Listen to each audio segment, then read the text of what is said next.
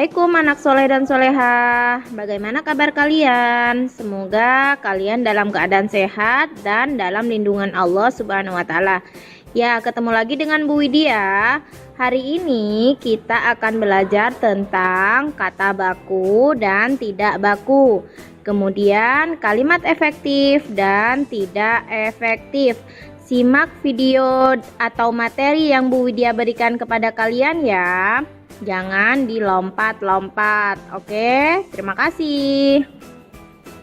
Pengertian dari kata baku adalah kata yang digunakan dan telah sesuai dengan kaidah atau pedoman bahasa yang sudah ditentukan.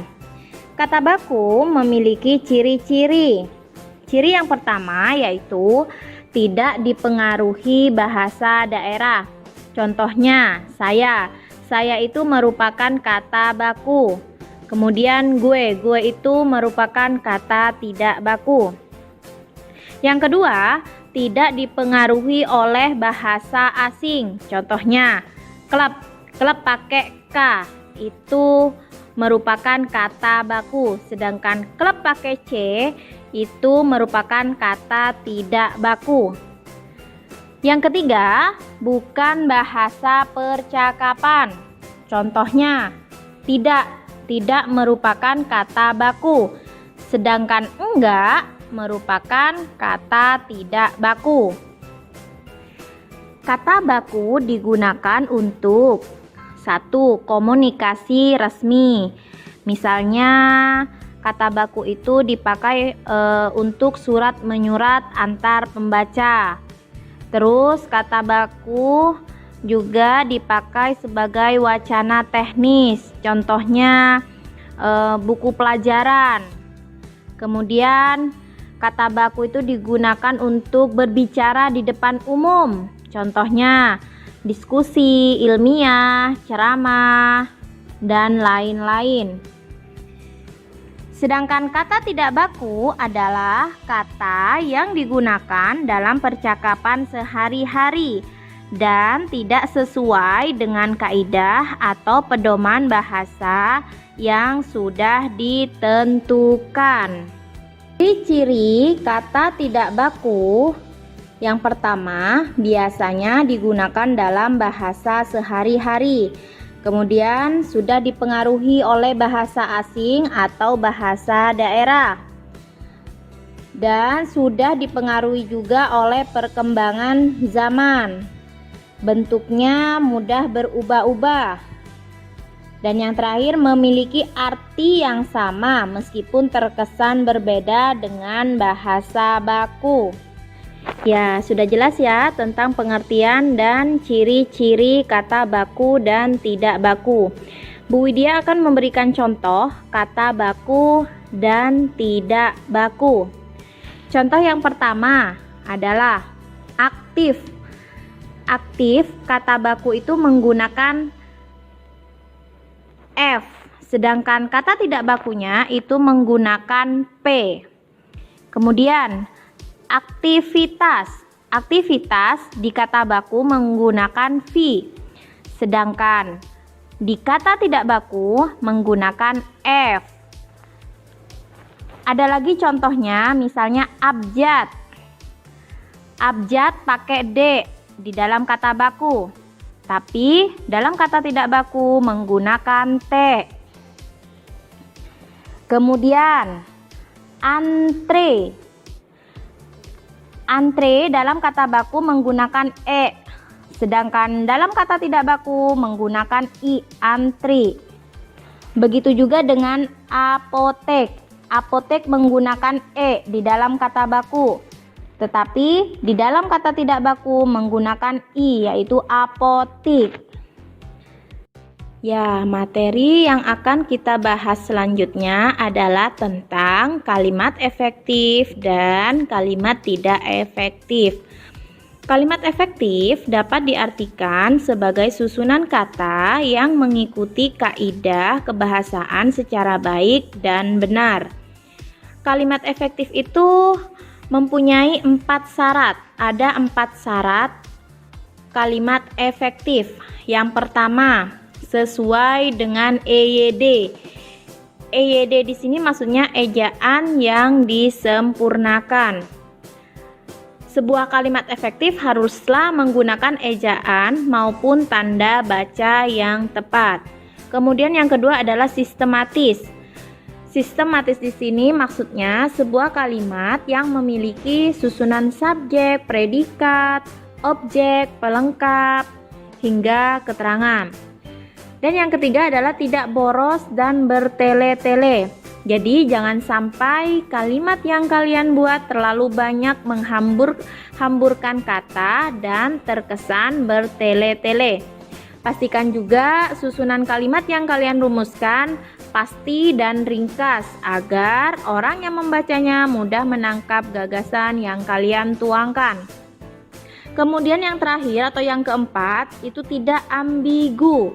Maksudnya adalah tidak mempunyai makna ganda. Kalimat efektif ini sangat penting untuk menghindari pembaca dari multitafsir. Selanjutnya yaitu tentang ciri-ciri kalimat efektif. Ada 5 ciri kalimat efektif. Untuk membuat kalimat efektif tidaklah sulit, asalkan kalian sudah memahami ciri-ciri kalimat efektif. Yang pertama adalah tentang kesepadanan struktur. Nah, maksudnya hal yang pertama yang harus diperhatikan adalah kelengkapan struktur dan penggunaannya. Kesepadanan struktur ini juga mempunyai ciri-ciri. A. Pastikan kalimat yang dibuat mengandung unsur subjek dan predikat.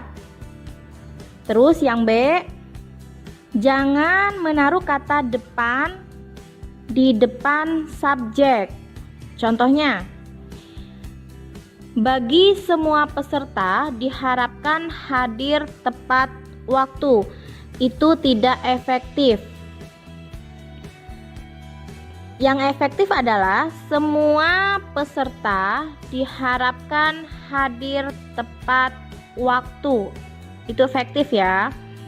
Kemudian C, hati-hati pada penggunaan konjungsi atau kata penghubung yang di depan predikat karena akan membuatnya menjadi perluasan dari subjek. Contoh, dia yang pergi meninggalkan saya. Itu tidak efektif. Yang efektif adalah dia pergi meninggalkan saya.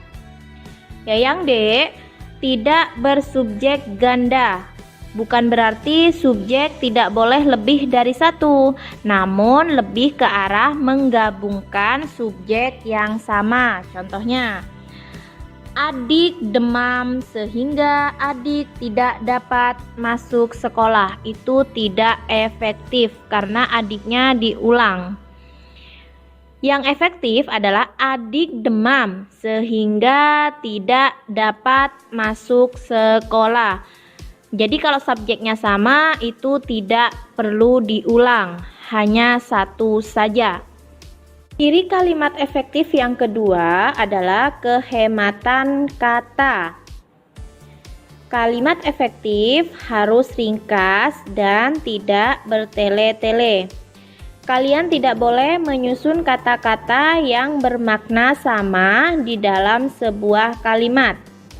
Ada 2 hal yang memungkinkan kalimat menjadi boros sehingga tidak efektif.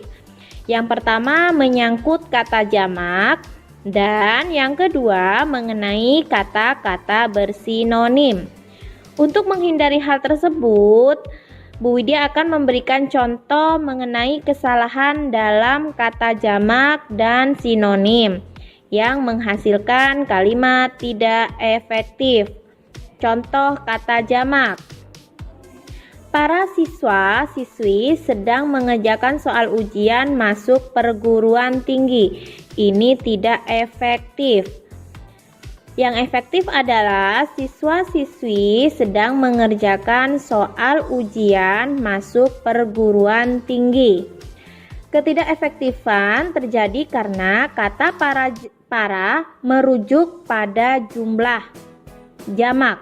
Sementara siswa-siswi juga mengarah pada jumlah siswa yang lebih dari satu. Jadi hilangkan salah satu kata yang merujuk pada hal jamak tersebut. Sekarang contoh kata sinonim. Ia masuk ke dalam ruang kelas. Ini tidak efektif. Yang efektif, ia masuk ruang kelas. Ketidakefektifan terjadi karena kata masuk dan frasa ke dalam sama-sama menunjukkan arti yang sama. Namun, kata masuk lebih tepat membentuk kalimat efektif karena sifatnya yang merupakan kata kerja dan dapat menjadi predikat. Sementara itu, jika menggunakan ke dalam dan menghilangkan kata masuk sehingga menjadi ia ke dalam ruang kelas, kalimat tersebut akan kehilangan predikatnya dan tidak dapat dikatakan kalimat efektif menurut prinsip kesepadanan struktur. Ciri kalimat efektif yang ketiga adalah kesejajaran bentuk. Maksudnya, ciri-ciri yang satu ini menyangkut soal imbuhan dalam kata-kata yang ada di kalimat sesuai dengan kedudukannya pada kalimat itu. Intinya, kalimat efektif haruslah berimbuhan paralel dan konsisten. Jadi, apabila pada sebuah fungsi digunakan imbuhan me, selanjutnya, imbuhan yang sama digunakan pada fungsi yang sama. Contohnya, hal yang mesti diperhatikan soal sampah adalah cara membuang, memilah, dan pengolahannya. Ini tidak efektif. Yang efektif adalah hal yang mesti diperhatikan soal sampah adalah cara membuang, memilah, dan mengolahnya. Ini efektif. Kenapa ini efektif? Karena sama-sama menggunakan imbuhan membuang, memilah, dan mengolahnya. Sedangkan yang tidak efektif, membuang, memilah, dan pengolahannya. Itu ya perbedaannya ya. Ciri kalimat efektif yang keempat yaitu ketegasan makna. Jadi tidak selamanya subjek harus diletakkan di awal kalimat. Namun memang peletakan subjek seharusnya selalu mendahului predikat. Akan tetapi dalam beberapa kasus tertentu, kalian bisa saja meletakkan keterangan di awal kalimat untuk memberi efek penegasan. Ini agar pembaca dapat langsung mengerti gagasan utama dari kalimat tersebut. Penegasan kalimat seperti ini biasanya dijumpai pada jenis kalimat perintah, larangan, ataupun anjuran yang umumnya diikuti partikel lah ataupun. Contohnya, kamu sapulah lantai rumah agar bersih. Ini tidak efektif. Yang efektif adalah sapulah lantai rumahmu agar bersih. Ini kalimat efektif. Di sini ada penegasan ya di kalimat efektif. Ciri kalimat efektif yang terakhir yaitu kelogisan kalimat. Kelogisan berperan penting untuk menghindari kesan ambigu pada kalimat. Oleh karena itu, buatlah kalimat dengan ide yang mudah dimengerti dan masuk akal agar pembaca dapat dengan mudah mengerti maksud dari kalimat tersebut. Contohnya, kepada Bapak Kepala Sekolah, waktu dan tempat kami persilahkan. Kalimat ini tidak efektif karena waktu dan tempat yang dipersilahkan, bukan kepala sekolahnya. Yang efektif adalah Bapak Kepala Sekolah dipersilahkan menyampaikan pidatonya sekarang. Ya, oke. Sudah paham ya anak soleh dan soleha tentang kata baku dan kalimat efektif. Mudah-mudahan kalian bisa paham dengan penjelasan materi yang sudah Bu Widya sampaikan melalui video ini. Jika ada pertanyaan, boleh japri ke Bu Widya ya.